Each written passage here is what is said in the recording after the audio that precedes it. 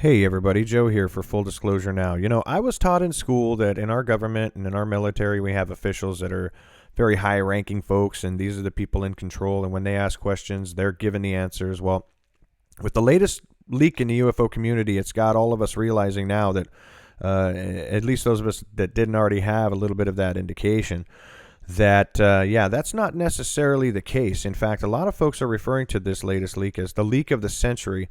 And what it is, just to jump right into it, it's a conversation transcript between this man, former Vice Admiral Tom Wilson, who at the time was the head of intelligence for the Joint Chiefs Staff, and this man, Eric Davis, a physicist from the National Institute for Discovery Science. Now, they had a conversation that Mr. Davis felt so interesting that he was compelled to write it all down, and it's so detailed that it's not clear to me whether or not this was a recorded conversation or if he just went and wrote it down as quick as he could, as best as he could, but it is very detailed. Now, it's so detailed, it's 13 pages long. In the 15-page document release is also a 2-page letter that I'll be showing you just briefly. And in this video today, I'm not showing the whole document page by page and going through it. Before we go through the pages I do feature, I will briefly summarize the event timeline, and then we'll go through the featured pages.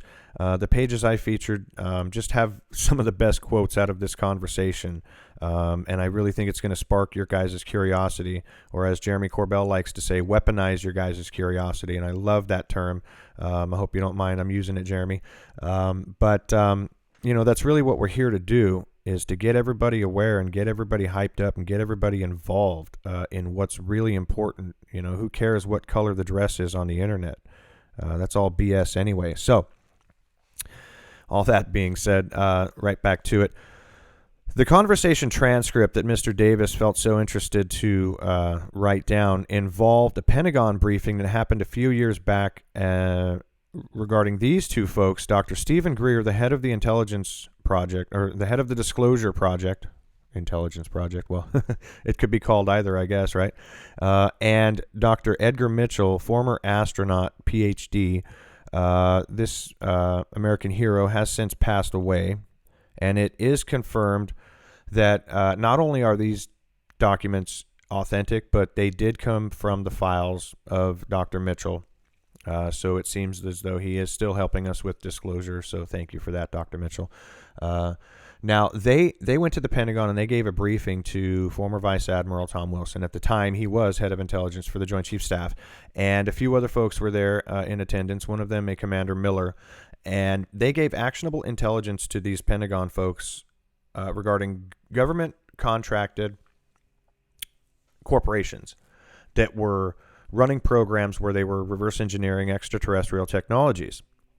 Now, the folks in the Pentagon were a little surprised at this, given the fact that they didn't know anything about it. So Admiral Wilson goes looking around, and he makes some phone calls, asks some questions, and is ultimately denied access, blocked from the programs he has oversight of, and ultimately threatened. They tell him that if you don't stop pursuing this, we're going to remove some stars, we're going to deny any future promotions, and you can forget about your early retirement if you're interested in that.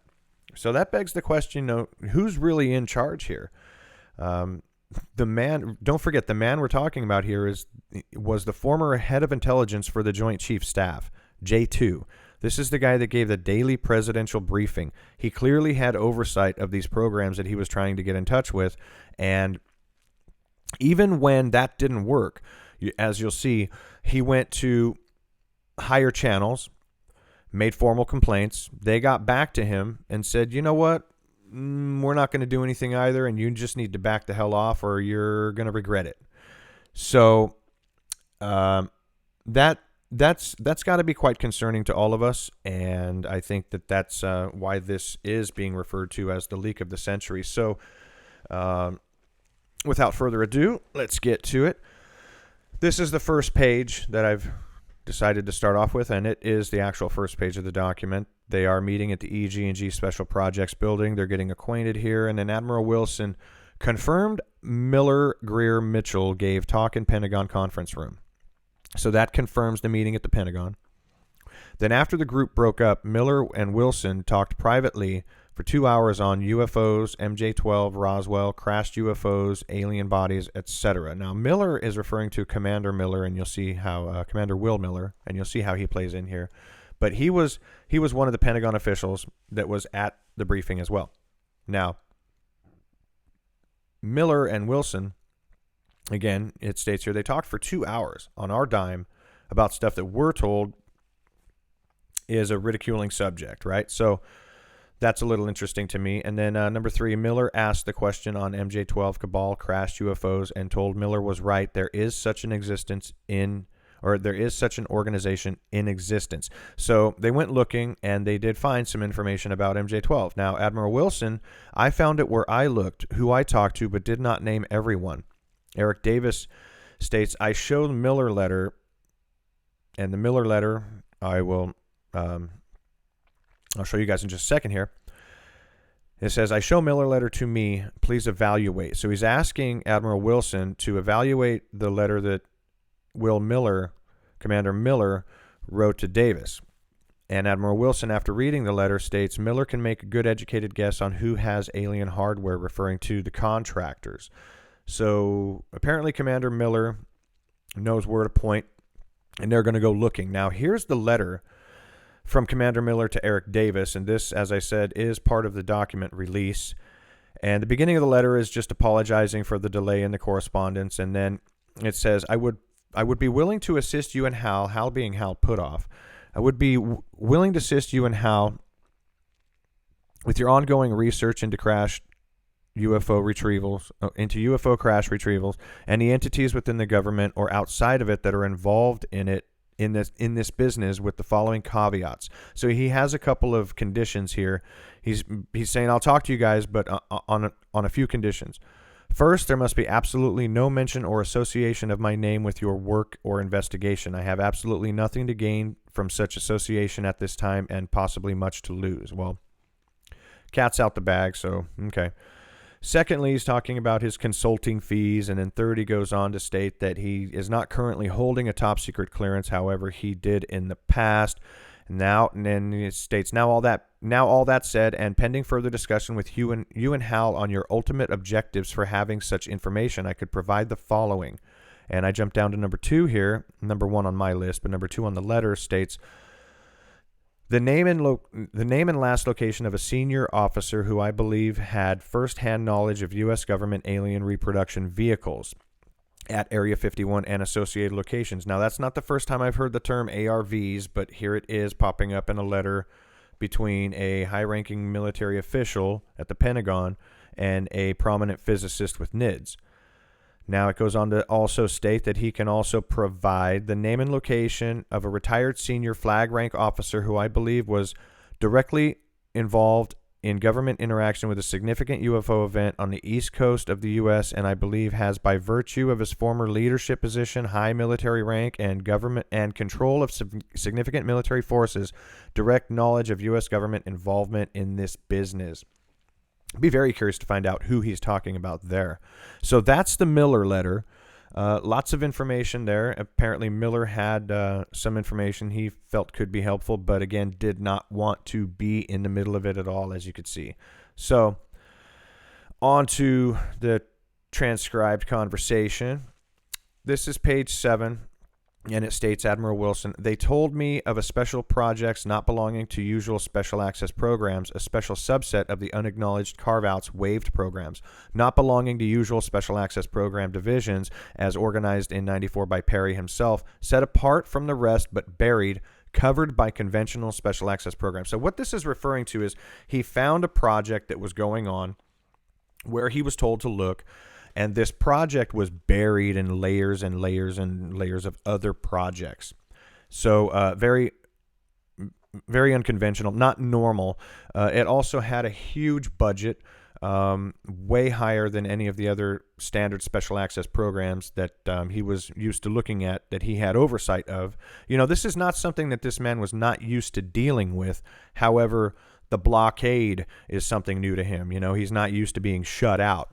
So moving on, This is page 9, and Admiral Wilson states, I read their program record in ALSDAT Special Program Records Group and wanted to know about their crashed UFO program, what their role was in that, what they had, etc. Also asked if they'd heard of MJ-12. Eric Davis asks, reaction to that on the phone? Because remember, this is a conversation between Eric Davis and Admiral Wilson. And Admiral Wilson says, yes, they asked who I spoke to before I called them. So I told them, and they weren't happy with that answer. Now, interesting enough, they basically answered his question with a question because he asked them 2 questions, and they basically said, who have you been talking to? So, again, this is the head of intelligence for the Joint Chiefs Staff, and he's speaking to folks at a corporation. Okay, so now this moves on, page 13. I'm jumping way ahead here in the conversation. I'm jumping way ahead in the events timeline because, again, I don't want this to be a super lengthy video, and I'm leaving a link for the entire transcribed conversation. Please, everybody, I know this is going to spark your curiosity. Go and check out this whole thing. Read it for yourselves. It's super fascinating. Now, I'm just going to read this. They had... And program manager talking, in parentheses, a craft, an intact craft they believe could fly, space, air, water, dimensions. Was it from overseas or not? Said no, could not be, not possible. Why, I asked, where did it come from? Program manager said they didn't know where it came from. They had some idea on this, but it was technology that was not of this earth, not made by man, not by human hands. Said they were trying to understand and exploit the technology. Their program was going on for years and years with very slow progress. So information he was given or was able to obtain, super compelling, but still not given any access control to this project, which he should have had clear oversight of. So they're still blocking him. They're talking to him a little bit, trickling him this, trickling him that, not showing him a damn thing. So he goes on and makes formal complaints up the chain and is told, we'll get back to you. And when they get back to him, this is what he's told. They told me that they were sustaining the contractor. Now, sustaining means that they're going to back up the contractor. We agree with what they say, basically. So they told me that they are sustaining the contractor, that I was able to immediately drop the matter and let it go. Forget about it, as I did not have purview over their project. It didn't fall within my oversight, etc. Admiral Wilson goes on to state, I became very angry, started yelling when I should have kept my mouth shut. Eric Davis asks him, states, Miller and Greer said you nearly got busted. Now, busted is referring to having stars removed, actually being demoted. And Admiral Wilson says close to that. And if you read through it carefully, it goes on to talk about how he would not see a promotion to director of the DIA. It goes on to state that he will not get an early retirement. So completely stonewalled, completely threatened, and completely unconstitutional, which asks the question, again, who's in charge?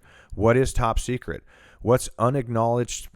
What's an unacknowledged special access project? I think we all need to start asking ourselves that these days. With everything going on, I think we need to have as much clarity on as much of this topic as possible, that's for sure. So that's the leak of the century. You guys let me know what you think in the comments below. Hope you guys enjoyed that information. I know that you're going to love the actual 15 pages of conversation when you get to it. And when you do get to it, let me know what you think about that in the comments below too. I'd really like to know what you think. Now, getting on to the declassified document of this episode.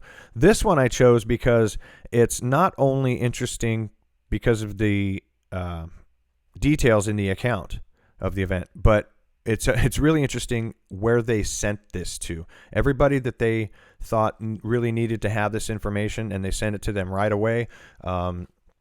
It's a pretty lengthy list. It's a lot of very sensitive places and locations that they sent this to.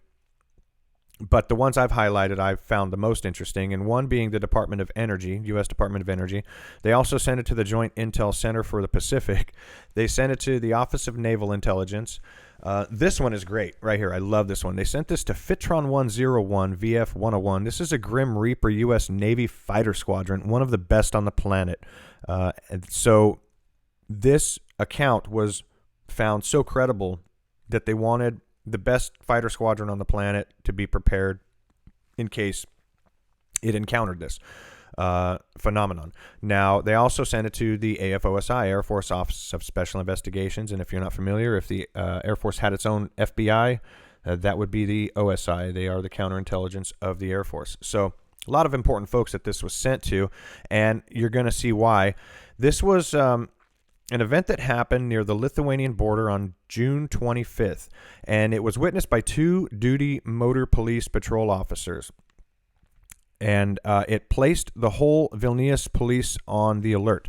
Vehicle loads of soldiers from the area's rapid reaction force, sniffer dogs, and police reinforcements immediately arrived on the scene of the emergency. Now, according to the eyewitnesses' accounts, at about 12:30 midnight in the early morning, near a village 10 kilometers from the capital, at an altitude of 20 to 30 meters above the ground, they noticed a spherical object hanging and pulsing, alternately shrinking and expanding. That's not any conventional aircraft I know about. Now, at the same time, they heard what they described as a strange sound like an electric or electronic crackle. Wanting to take a closer look at the UFO, the policemen moved toward it. When they had advanced about 50 meters through the long grass, the police said the sphere moved away, rose higher, and rapidly departed in the direction of Vilnius. The policemen watched the UFO for about half an hour, and on their arrival at the scene of the emergency, members of the this is where it gets super, super fantastic. Members of the Civil Defense Department and servicemen from the Special Forces and commissioners of the capital's police. Whoop, let me back that up. Sorry about that. I want to get a little closer here because this screen's a little bit far away for me. And let me back up just a little bit. I do apologize for this. Okay, the policemen watched the UFO for about half an hour, and on their arrival at the scene of the emergency, members of the Civil Defense Department, servicemen from the Special Forces, and commissioners of the capital's police carefully studied the area, measured the background radiation, and tape recorded the strange sound, which was still heard in the area after the disappearance of the UFO.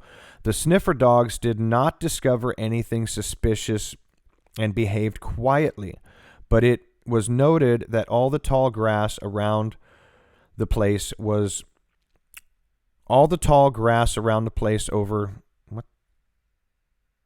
But it was noted that all the tall grass around the place over which the sphere had hung, wow, why was I having a problem with that, was flattened to a radius of 10 meters. Okay, so 10 meters around, all the grass is flattened around. But what I find it really interesting about this one, let me back up out of your faces now. What I find really interesting about that part of the whole thing is that the dogs did not react suspiciously. They didn't behave, erratically in any way, which tells me that they knew that at that time there was no threat. Very interesting. Now, Lithuanian scientists have not yet expressed an opinion on the appearance of this UFO near Vilnius. Police commissioner, and I don't want to try his name because it's just super hard, said in a radio interview today that both officers who watched the shining object are psychologically healthy, normal people, not noted for crankiness. And I believe crankiness under this context is referring to playing pranks or joking around about stuff like that. And so that's it. That's the declassified document today. And pretty interesting, pretty detailed, and again, who they sent it to was really amazing to me. So they certainly found it credible. Otherwise, why would they send it to all of those very vital locations and departments? And so that's the information today. Hope you guys enjoyed it. Please don't forget to like, comment, subscribe, and share. And I apologize for the little glitches today. I'm trying to get a different setup here. What I really need to do is just get some editing down, get some editing capabilities is what I need. But again, thanks for watching. I appreciate all you guys' support. And as always, keep your hearts and minds open and your eyes on the sky.